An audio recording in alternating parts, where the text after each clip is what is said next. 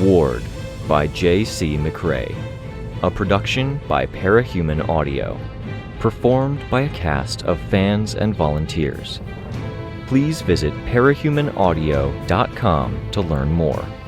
Thank you and enjoy.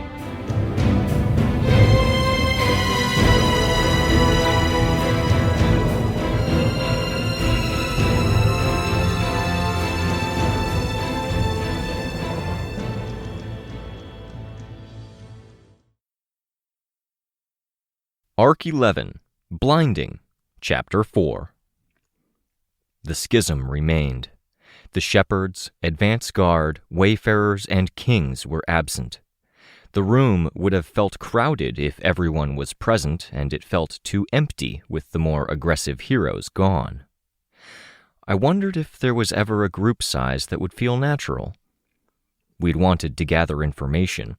We'd asked for 6 hours, admittedly, and it was well past that deadline, but information was why we were here. Here was a room in a library where the lights were off because the grid had failed and power was being conserved, and the morning light from outside was obscured by snow that had piled up against the window, with frost cluttering every inch snow didn't touch. The light that came through was diffuse and mottled, dimmed and slightly blue, because the glass was solar glass that reflected the yellow and gold hues. Relay, Cineral, Weld, Aleph Wolf from the Lone Wolf Pack, Lark from Auger, and Caryatid from the Malfunctions were all gathered around the room. I had Precipice at my right and Foil to my left. Mayor Jean Wynn was also present. Her presence in the room felt like a shadow when the room was already dark. The yellow of her shirt under her suit jacket was more striking than some of the costumes present. Foil's hand rested on the table, fingers at the file folder with pictures. My pictures. The gasoline had saturated my office to the point that even the copies of my original files had a lingering smell to them. She turned the file so people could see. A distant image of Cradle, taken by way of flying camera saved to a computer. I'd printed it out when trials had been happening. Tattletale says she's 70% confident that the attacks on the navigators were Cradle, who slipped custody when the prison was emptied, Foil said. He had an unknown hireling use the device by proxy, and that hireling worked alongside Lionwing and 2 Case 53s. Those 2 aren't ex-irregulars, Weld said. But they're tied into the community. People have seen them.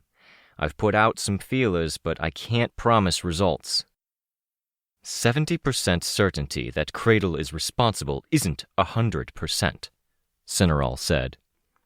It isn't, Foil admitted. Can we trust what she's saying? Relay asked. Are you asking if we can trust Foil, or are you asking if we can trust Tattletale? Weld asked. I was asking about Foil, but I'd like to hear your thoughts on both, Relay said. Relay was standing in for Foresight after Brio had caught a bullet and while Countenance was leading elsewhere. Brio hadn't gotten back up.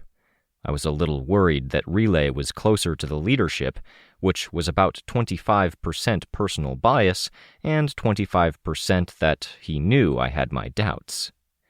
The rest was a blurrier mixture of my not knowing him and my instinct that Relay was driven more by emotion than logic. If Relay had made the call when the hero teams had split off into 2 groups, would they have stayed? I could see Relay's eyes move, studying me briefly before looking back to Weld. Foil and Tattletale. Where did we stand? And what answer could we give that didn't cross Relay's crude mind-reading? I was her teammate for a short while, I said. I like her. The nicest, only truly honest thing I could say. I had reservations and questions about someone who had heel-turned like she had. Foil nodded, dropping her eyes, as if to acknowledge what I was thinking. Thank you. Antares and Foil were on my team when I was first leading the wards in Brockton Bay. I hold Foyle in high esteem, Weld said. Thank you, Foyle said, stoic, standing up straight, no longer with a hand at the files. Can I ask you why you're here, Foyle? Relay asked, head tilted so he was looking up at Foyle more than at her. His tone the sort that was best suited for quietly asking someone if they had a gun and if they planned to use it. The Undersiders felt that if we were sharing information, we should have a representative here. That's not what I'm asking, Relay said. Foyle frowned. Her mask covered most of her face, but the shift in her lips was unmistakable. He wants a read on you, I said. Relay met my eyes without moving his head, then looked back to Foyle. I want to help, Foyle said. You believe Tattletale's information is good? Yes, Foyle said. But you have doubts. Not about the information? Relay asked. About your team. If I was 100% certain, I think that would be more concerning, Foyle said. If you were 100% clear you were on the right side, you'd be a Fallen, Relay retorted. Precipice didn't move a muscle at that, but Relay looked at him all the same. But if your head is full of noise and contradiction when it comes to your team, that's almost as bad, Relay finished. I can do the most good where I am with the Undersiders, Foyle said. Relay, head still unmoving, looked down at his hand where it rested on the table. Do we move forward on 70% confidence? Relay asked without looking up. Cradle is a danger and he's done nothing to earn trust, Cineral said. He's done nothing wrong that we can say for certain either, Relay pointed out. He likes to bide his time, Precipice said. But there have been hints that he's doing business. I believe it. You're biased, Relay said. I definitely am, Precipice replied. Relay nodded at that, as if it was entirely okay now that the bias was out in front of things. He's cold and focused right now. I won't get into how I know, but I have a sense of him, like he probably has a sense of me and how I'm doing. He's dangerous. I could see a world where he's doing this, using tech to torture people like that. I cleared my throat. I had all eyes on me. The activities of Cradle seem to be only half of it, I said. It's a half I'd like to ask you all to please let us tackle. Us being who? Relay asked. What's the other half? Weld asked before I had a chance to answer. I drew in a deep breath. The Undersiders and Breakthrough will tackle the situation with Cradle. I think we have some sense of his motivations, love lost too. We plan to keep them separated if we can. In exchange, we're helping the Undersiders with a related problem. But the mercenaries are up to something else, and we'd like to ask you to focus some attention on that. Cineral still had that dangerous, intimidating thing going. She leaned back, looking very casual and very ominous, and she asked, How bad is this else? We don't know, Foyle said, but Tattletale is pretty certain that their focus is on the time stasis effects in Earth Bet's Brockton Bay. Tamika Shuley, Lee Pemberton, Tom Kahn, Bakuda's test run and one use when she was terrorizing the city. Jean Wynn spoke up for the first time. Alabaster, Jotun, and Dauntless. Leviathan hurled them into a time-stop effect when defenders tried to use one of Bakuda's leftover tinker weapons to stop him. Wanda Fowler, Sarah, and Patty Martin. Henry Holmes. They tried to break into what locals termed the Scar, an ongoing cataclysm from a bombing run that had been made using more of Bakuda's leftover technology. They entered because someone had told them that the Scar had veins of diamond, gold, and other rare materials inside it, where matter had transmuted to different forms. "Did it?" Aleph Wolf asked. "That someone was right?" Yes. Rumors got out while barriers to contain the effect were being put up. The workers saw things. Unfortunately, that area also had a lot of active dangers that hadn't gone off, settled, or stopped. The 4 risk-takers tripped an inactive weapon and were trapped by a 4th time-stop effect. "Maybe they're still after that stuff," Aleph Wolf said. "Times are tight. A big chunk of precious metals could go to some other dimension and pay for a lot of things. Get a whole city or the city through the winter." The Lone Wolf Pack was a band of heroes that were taking an especially Wild West approach, patrolling the periphery of the city and the surrounding worlds. They answered problems where problems came up. They teamed up when absolutely essential, which was mainly if there was a bounty to share, but they were otherwise independent. Aleph Wolf was exemplifying the stick-to-the-basics mentality, as well as the group's heroic mercenary streak. "I think it's more worrying than a cash grab," I said. "Teacher and his mercenaries parted ways. If it was a question of cash in a really dangerous area, Teacher would put his thinkers and tinkers to solving the problem. He'd succeed, and he'd be in good shape. I can't see why he'd back off." "The Wardens were looking into those effects as well as the ongoing Grey Boy loops," Jean said. "They researched it and decided no. The same people who petitioned the Wardens then petitioned the government. It crossed my desk, but I already had some faint knowledge of what it was about.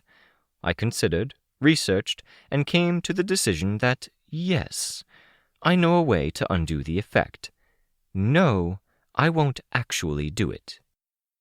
Using her power, I thought. She could free people from perpetual torment, and she says no. "Why no?" I asked. It wasn't Jean who answered. Cineral gave me my reply. "Thinkers say no. They're either drawing blanks or they don't like what they see." "Nothing specific? No details?" "No," Cineral said. "But if you look at some of the other major thinker blind spots, you're going to find yourself running into topics like Eidolon, Sleeper, the Endbringers, Valkyrie, the Island State, the Pastor Incident." "Concentrations of power," I said. Jean shook her head. "Complexity of power most often. Whatever thinker powers come into play with these cases, there's often too many variables to fully consider. Thinkers report that their powers are fuzzy, inconsistent, or blacked out." "And it's not just the time-stop bubbles in Brockton Bay that are an issue?" I asked. Jean shook her head. "But Brockton Bay is one of the largest collections. Keep that in mind." "And you don't know why? The thinkers can't shed any light on this?" I asked. "Little." "You're saying you checked, you're saying no, risky for reasons you can't disclose. The Wardens checked and they're saying no. The thinkers think it's volatile somehow." "Yes," Cineral said. "Volatile is a good way to put it. It might not explode, it might be devastating." "Okay," I said. "And for the record, I want to stress that Teacher said no. He broke with his mercenaries from Chite because they wanted to go after this. Are the mercenaries after it because so many people are afraid to touch it, or do they know something we don't?" "I couldn't tell you," Jean said. "Can you send me information on the victims?" "I will. Bakuda's victims, the 3 heroes." "Not all heroes," I said. Alabaster and Jotun were white supremacists." "I'll keep that in mind. Files on those 2 groups and the group in the bubble caught the group that snuck into the scar. I'll send you what others sent to me." Trying to wrap our heads around a problem that apparently even thinker powers couldn't tackle without running into blind spots. Daunting. I turned to the heroes. my eye mainly on Cineral and Relay. This wasn't an easy ask. We can't get directly involved until we've tackled Cradle, Love Lost, or some other peripheral things. If we can make headway in solving any of those issues, we should be able to converge on the mercenary problem from multiple angles.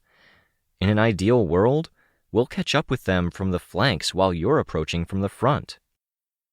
We'll do what we can, Cineral said, but we don't have many resources. More crime and incidents than we had heroes to send to them. The city was still on fire, and we didn't have the means to put every single fire out. When you say resources, you mean heroes, Foyle spoke up. Yes, Cineral said. Do you have money? Are you hiring yourself out? No, Foyle said. But there are a lot of capes out there who are worried about the winter. Most costumed stuff doesn't pay. The guys you're dealing with are hiring mercenaries. This Order of 4, the Case 53s. If you're really pressed for manpower, we can send you a list of people. A mercenary we hire is someone the other guys can't, Lark said. I can look into that. We'll send you the list then. I can send copies to anyone else who asks. You can tell us if you know something about the potential hires that means they can solve a problem we have or if they're going to be a problem. I'll talk things over with Countenance, Relay said. My gut feeling is that I'm worried you're getting mired in something personal while we're sticking our necks out with something that thinkers can't vet. If you have any suggestions or alternatives, I started. I'll talk to Countenance, Relay stated. Firm, final. He did with me what he'd done to Foyle, angling his head so he looked up at me more than he looked at me. The brow and a partial view of his eyes dominated his expression as a result. He took notes on a pad in front of him, as if he was leaning forward to write. But he still studied me. Nobody else was willing to commit with the largest and most influential hero team in our group that wasn't the Wardens being unwilling to do more without checking with the boss. The Wardens were too caught up in other things to dedicate themselves unless it was something on the scale of the prison or the Fallen camp. But I was reserving hope that Cineral would talk to others about the time bubbles. We'll touch base again soon? Weld asked. If you're approaching the same problem from two directions, you'll want to compare notes. I looked at Relay, who nodded. If we're getting involved in the time bubble issue, Relay said. But we'll meet soon regardless. Capricorn Red will represent us for the next meeting, I said. That was it. For lack of a better word, the room dissolved, with everyone shuffling around, splitting up, or leaving the area. Weld signaled for my attention. You good? I asked Precipice. He nodded. Foyle? Foyle glanced at Jean, who was walking toward her. You want backup? No, I know what this is about. Old alliances and favors owned. Tattletale told me to expect her to show up and to expect this. I'm just the middleman. I'll stick around, Precipice said. I had to wonder if Foyle was happy like this, having to go out of her way to even collaborate with the heroes, and then being questioned when she did. I kept an eye on her up until I caught up with Weld, who had retreated to a far corner of the room, mostly out of earshot of others. He seemed mindful of the other people in the room, his mouth shut. Relay was already gone, teleporting out. Aleph Wolf was just leaving. The moment Aleph Wolf was out of the room, Weld finally spoke. What do you think? I think if Alabaster is potentially a part of this, it's worth reaching out to the Shepherds. Victor and Rune from the Empire are in the Shepherds now, under new names. They knew Alabaster, and they might know something about Jotun. He was small time. Okay. Can you handle that? I asked. The Wardens are neutral, so you can talk to the other group without issues, right? Weld nodded. I hope the division between the heroes isn't straining things with Sveta. With different bosses, it might, he said. We've been together for about 3 years, depending on how you define together. You were a big part in that. I smiled. I think we're okay there. Nobody's demanding that I make any hard decisions yet. Good, I said. I did want to ask something, though, he said. I don't... He stopped himself there. He stood with his back to the wall, the window beside him, and the texture and material of his skin made for a striking image.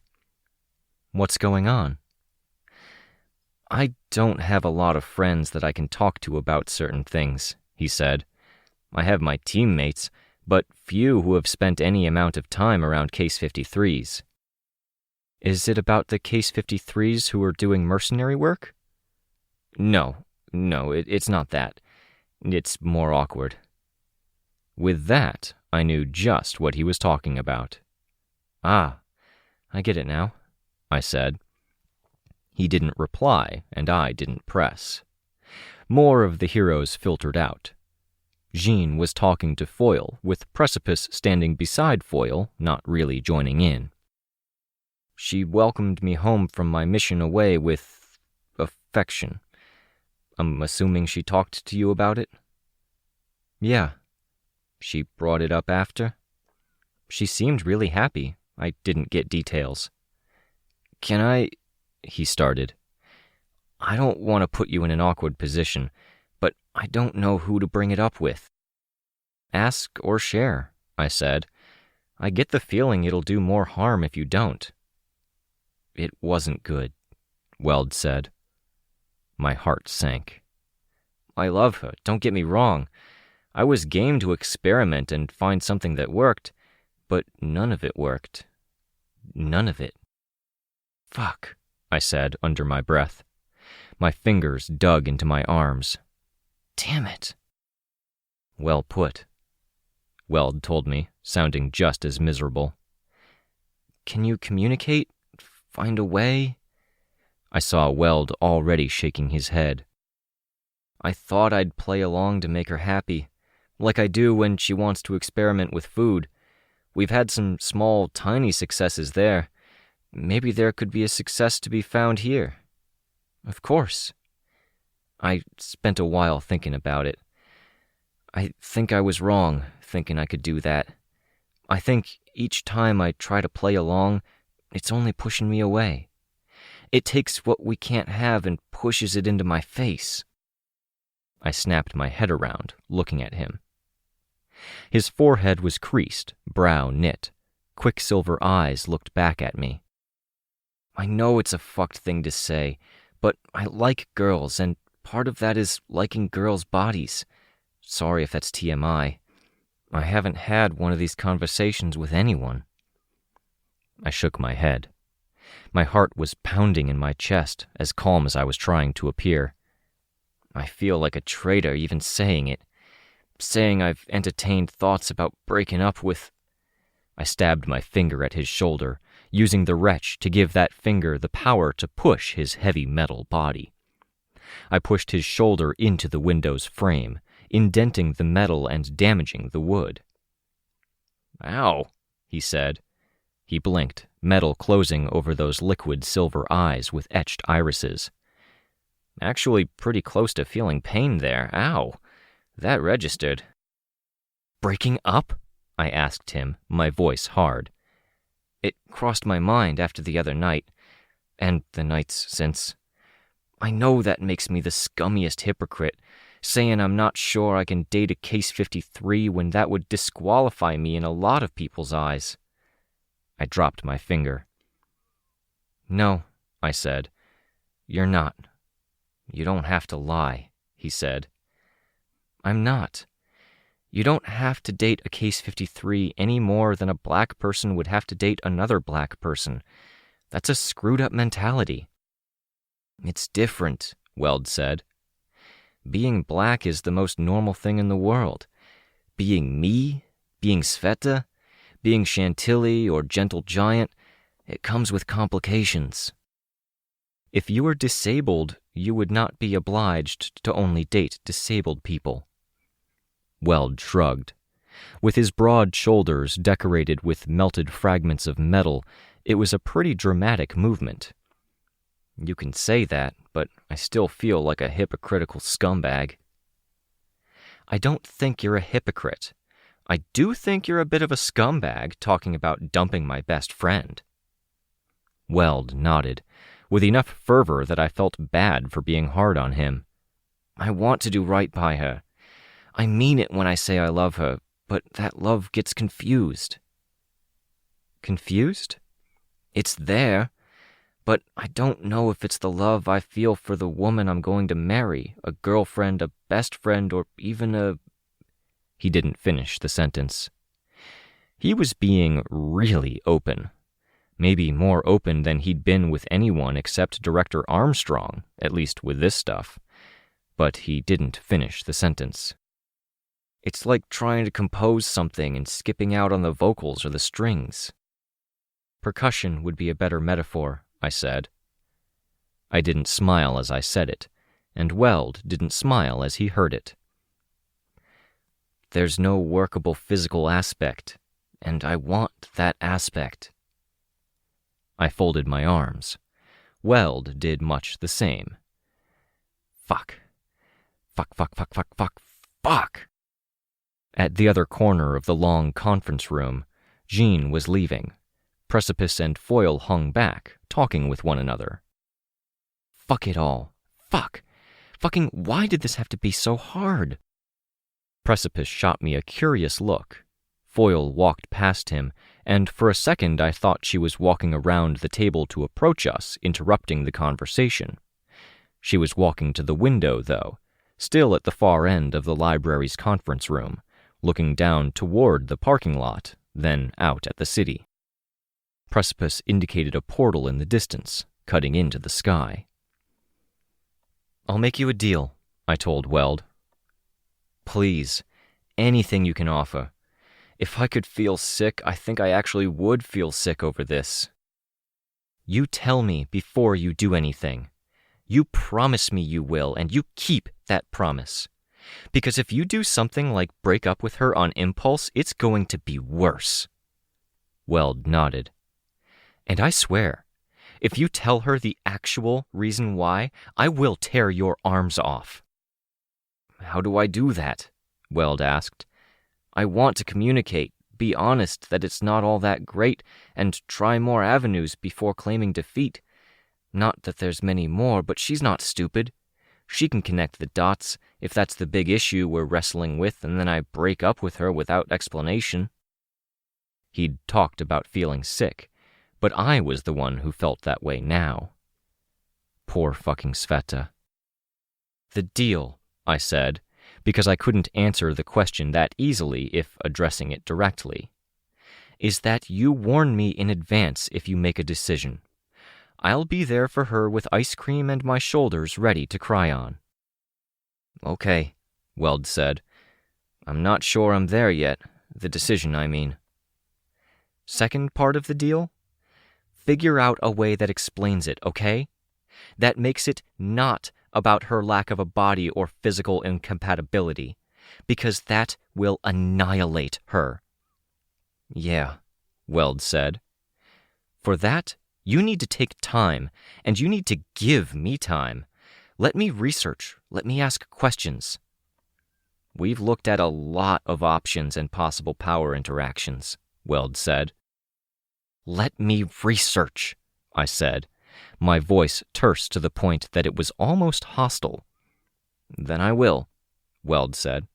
Okay. How long? A month. 2. Month and a half? I shrugged. Already, I felt more like I was buying time to stave off devastation than I felt any hope that I'd stumble on a solution. Victoria, Precipice called out from the other end of the room. We'll be outside. I twisted around, looking down at the parking lot. Trouble? He shook his head. Getting organized. I'm going to load some stuff into the car. I should go, I said. Thanks for being a friend, Weld said. You know, if you break up with Sveta, meet a gorgeous girl and break Sveta's heart again, I'm obligated to throw you into the center of the Atlantic Ocean." Weld winced. "Sveta's dished on my weaknesses, I guess." Not really." "Fear of mine." "Through the stratosphere, then, so long as it's ignorance and not maliciousness, but I don't think you're that kind of guy." Weld shook his head. "What you do is your choice. You don't have to stay with her, but you have to be gentle." "I don't even know if I will go through with it," Weld said. "It's just thinking. The idea of making her genuinely happy makes me happier than anything. Even imagining that I might make her sad is making me more miserable than I've been in a long time." I put my hand on his shoulder. "Go," he said. "I'll go after the shepherds, distract myself by talking to some vaguely familiar and probably hostile faces. Victor and Rune." I slid the window open, then flew through, heading for the lot. I shut the window behind me and floated down. Fuck. Precipice and Foil were just now reaching the ground floor. I waited for them. Rein indicated the dumpster at the edge of the street. Metal for roofs, fencing, and power tools that had been thrown out because they'd been made cheap in a time of need and they hadn't been made to last. He'd spotted all of it when we'd pulled up to the library. We loaded as much as we could fit into the trunk.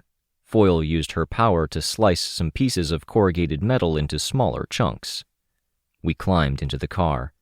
The driver turned on the engine, but he didn't pull out of the parking spot. "What's going on?" I asked. He held up a note. There was still tape at the top. I didn't even get a chance to read it when the passenger door opened. "Scoot."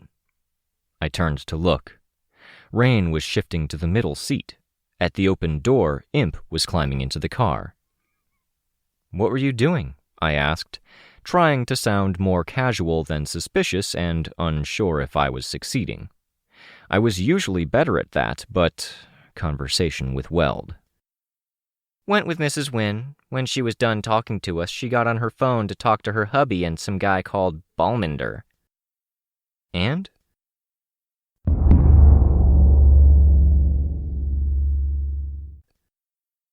"This Balmander guy has cauldron vials. We talked about how Tats said there were Case 53s at the attacks. Mercenaries, right?" "Yes," Tattletale said.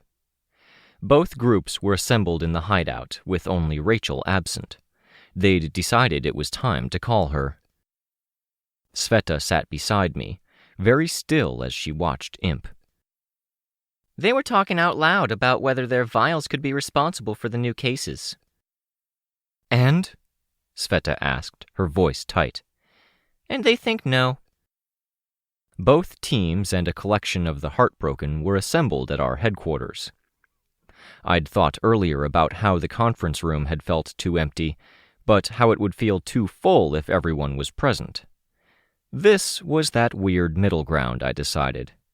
Not a middle ground where the porridge was just right, but one where it was both too hot and too cold. Fucking uncomfortable. Chicken Little had a pigeon in his hands, and Kenzie was fitting something around its neck and chest. One of the heartbroken, Candy, I was pretty sure, was sitting on the edge of Kenzie's desk, feet propped up on the back and front edge of Chicken Little's chair. Dark hair, braided close to the scalp at one side, the rest left as a tumble. Darlene knelt on the floor by Chicken Little, holding the cage with more birds inside. Others were scattered around the room. Some boys were in Chris's old corner, having found and started up some of his old games. One had been given to Kenzie. It wasn't a video game player, but a scanner. She would dismantle it later. Older Heartbroken were scattered in with a trio of mercenaries and were managing some of the remaining Heartbroken. A 17 or 18-year-old with really long, wavy hair was stepping on a leather whip she'd wound around one girl's hands, keeping the hands pressed to the floor. Eerie to think about where they came from and how very dangerous they were. A hell of a lot of emotional firepower. On the topic of firepower, Ashley was present, sitting on the floor with her legs tucked under her.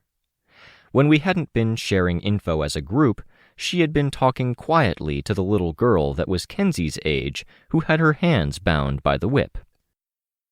Perian and Foil sat on plastic cases with perishable foods inside. Tattletale stood off to one side, a healthy distance from the dangerous little ones, looking at various screens. "New cauldron, same as the old cauldron," Sveta said. "They have less resources and they rule Gimel," Tattletale said. "Different mission statement now. From getting through the end of the world to surviving the aftermath."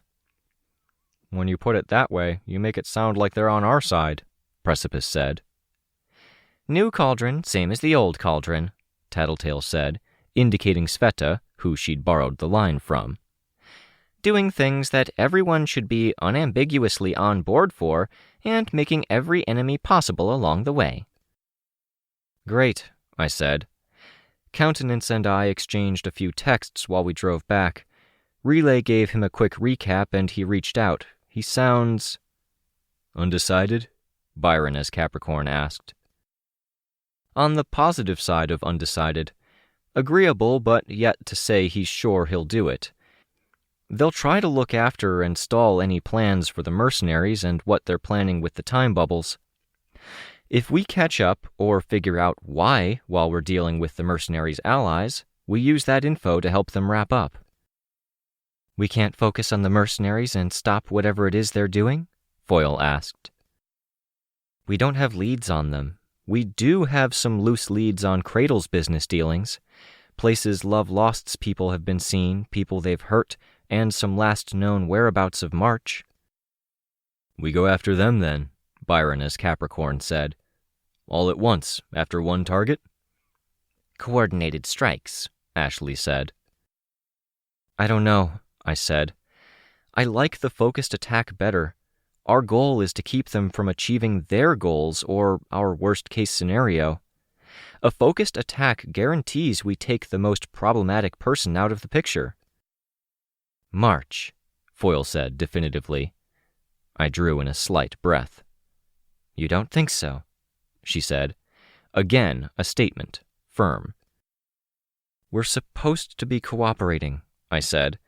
"The best order to remove threats would be to remove one of ours, one of yours, another one of ours. It gives the best odds that we see this through." "Or we coordinate," Ashley said. The kid on the ground was inching closer to her while she focused on us, wriggling and twisting until her arms threatened to dislocate, just to get closer, gnashing teeth. "No need to worry about order if we're going after all of them at once." Capricorn shifted from Byron to Tristan. "I think coordinated," he said. "It's faster and it means we can support the other groups. Even if we fail on one front, we have better odds of keeping them from uniting. Doing what you say, Victoria, and keeping them from achieving any goals and meeting up." I glanced at Tattletale. "Don't look at me," she said. "I'm here to collect information because it's warm, and we needed another place to go while March is hunting us. You have some of my mercenaries. You can ask me one favor. I may refuse it, but I'm not getting involved personally. I need to conserve strength." "You can be..." Foil started. Perian pulled her back down to her seat. "I can be such a bitch sometimes?" Tattletale asked. "At least I'm upfront about it." "I think we should split up," Imp said. "Coordinate." I had my reservations.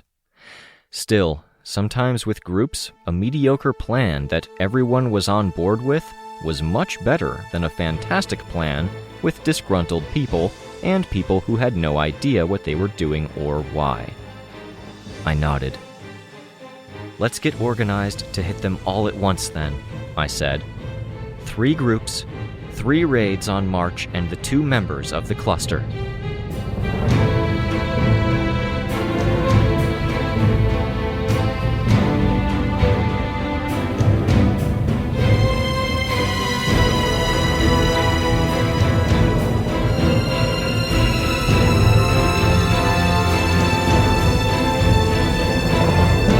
This was a production of Ward by Parahuman Audio. Ward and the Parahuman stories are written and owned by J.C. McCrae. You can find the original text and support the author at parahumans.net. For more of the Ward audiobook, as well as other community works, please visit parahumanaudio.com. Music for this chapter was by Purple Planet. Find out more at purple-planet.com. Editing by SamuraiBuko. Narration by Rein Ramsay. Find more of their work at our website. Thank you for listening.